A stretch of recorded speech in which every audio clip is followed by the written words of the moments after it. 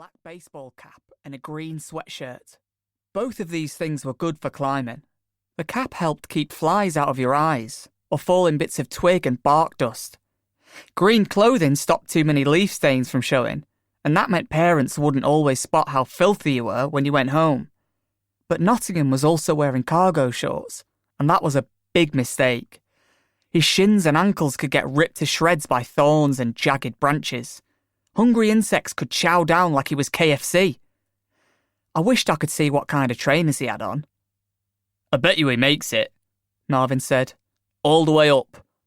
Harvey nodded. Mish looked at me to see if I agreed. "He's the wrong side of the trunk," I said to Mish, but I spoke loudly so Zoe and the twins would hear too. "If he was on the other side of the trunk, he could go for better branches." I pointed to show where I meant. "See there? The branches on this side are too tight to climb in between." I was the youngest climber ever to make it to the top of Twisted Sister. I'd done it last summer when I was 14, but I'd fallen 7 times before I made it.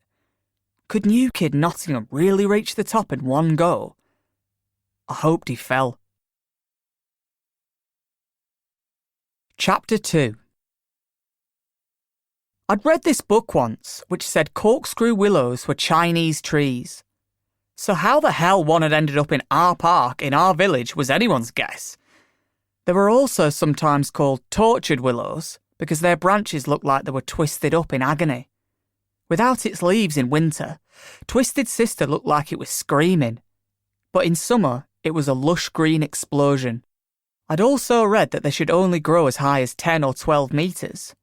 Twisted Sister clearly didn't give a damn about what a book said, as it stabbed the sky at 16 metres tall. There were 2 massive problems when trying to climb a corkscrew willow. The first was all those branches. You'd think a tree with so many branches would be easy to climb, but they were coiled and tangled together like wooden snakes. You had to squeeze in between the branches, but the gaps could be too narrow. You could get yourself trapped. We'd all heard the story about little Lola Jones from Year 7. Lola had got wedged in Twisted Sister so damn tight that her dad had had to fetch a ladder and a chainsaw. She'd never climbed again.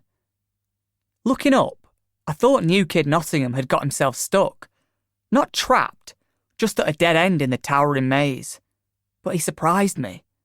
More leaves shook free as he got down flat on his belly, the branch underneath him bending.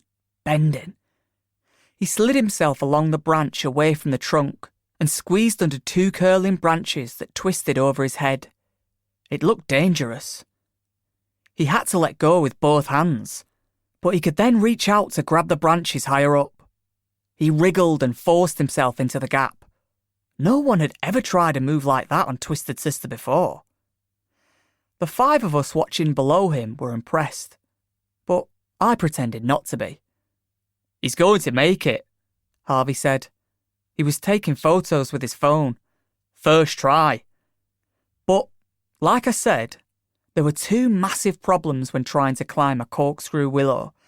The second was that they grew fast. Too fast. It meant they didn't always grow strong.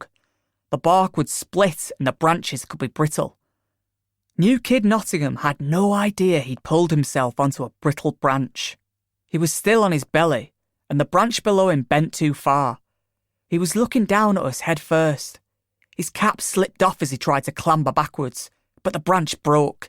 We heard the crack, as loud as a gunshot in a movie. We heard Nottingham's yell as he fell. He tumbled and bounced, branches thwacking him, whapping him. He grabbed at thin air. Bark cracked and leaves exploded. Nottingham yelped and swore and grunted.